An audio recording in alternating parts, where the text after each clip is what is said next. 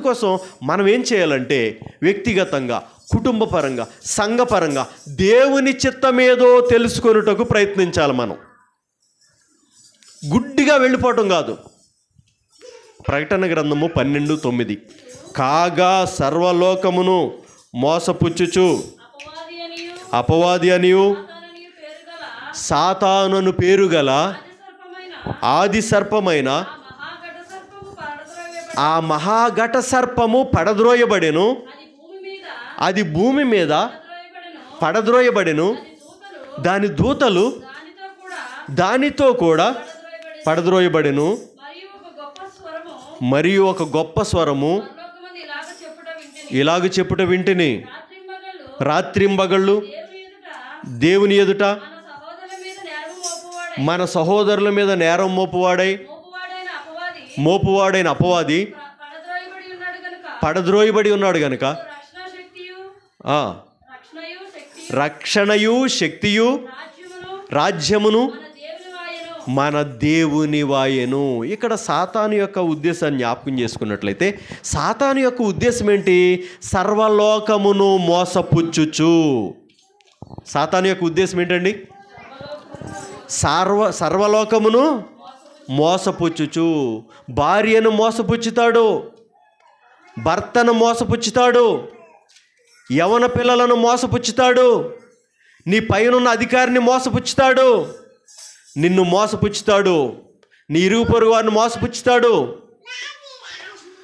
ఎలాగో చూడండి. పేతురు రాసిన మొదటి పత్రిక 5:7 మీ చింత యావత్తు ఆయన మీద వేయుడి, నిబ్బరమైన బుద్ధి గలవారై మెలకుగా ఉండుడి. మీ విరోధి అయిన అపవాది, ఏ సింహం అంటాడండి? మీ విరోధి అయిన అపవాది గర్జించు సింహము వలె. చాలండి.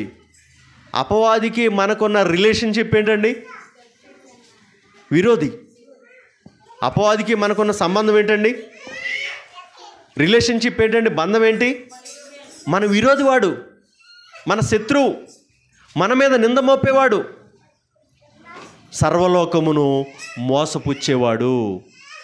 ఇప్పుడు పేతురు గారు ఏమంటున్నారంటే, అపవాది మనకు విరోధి, అయితే దేవుడు మన పక్షమై ఉన్నాడు. దేవుడు మన పక్షమున ఉండగా మనకు విరోధి ఎవడు? దేవుడు మన పక్షమునుండగా మనకి విరోధి ఎవడు?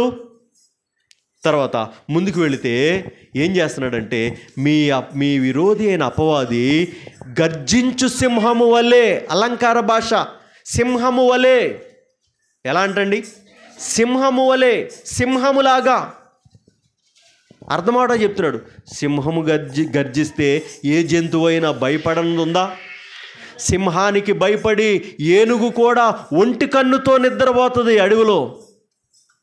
సింహానికి భయపడి ఏనుగు కూడా ఒంటి కన్నుతో ఇలా పడుకుని ఒంటి కన్నుతో నిద్రపోతుంది. సింహం కంటే పెద్ద జంతువు.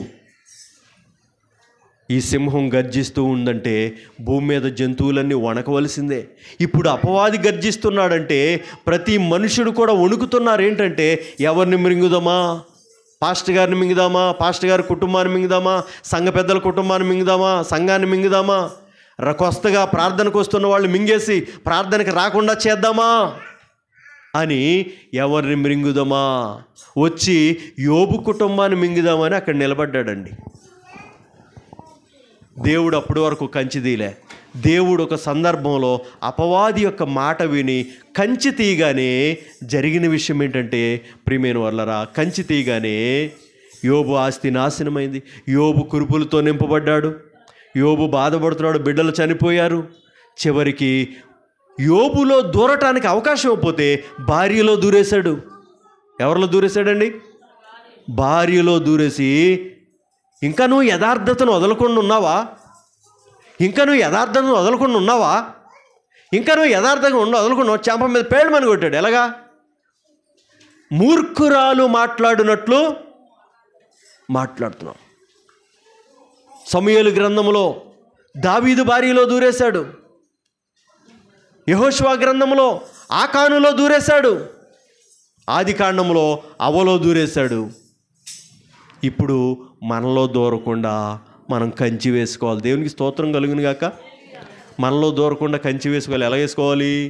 ఉదయాన్నే లేచి ప్రార్థన చేసుకోవాలి, బైబిలు చదువుకోవాలి, ఆదివారం ఆరాధనకి రావాలి, శుక్రవారం విజ్ఞాపనకి రావాలి, రాత్రి కుటుంబంతో కలిసి కుటుంబ ప్రార్థన చేసుకోవాలి, నియామక కూడికలకి రావాలి, ప్రత్యేకమైన సేవకులు వచ్చినప్పుడు రావాలి. అప్పుడు ఇవన్నీ నీకు కంచే. వాడు నిన్ను మింగకుండా, నీ ఆత్మీయ జీవితాన్ని పతనం చేయకుండా ఉంటాడు గనుక ఆయన దగ్గరకు వస్తే ఆయన కాపుదల్ని ఇస్తాడు. దేవునికి మహిమ కలుగును గాక. దేవునికి స్తోత్రం కలుగును గాక.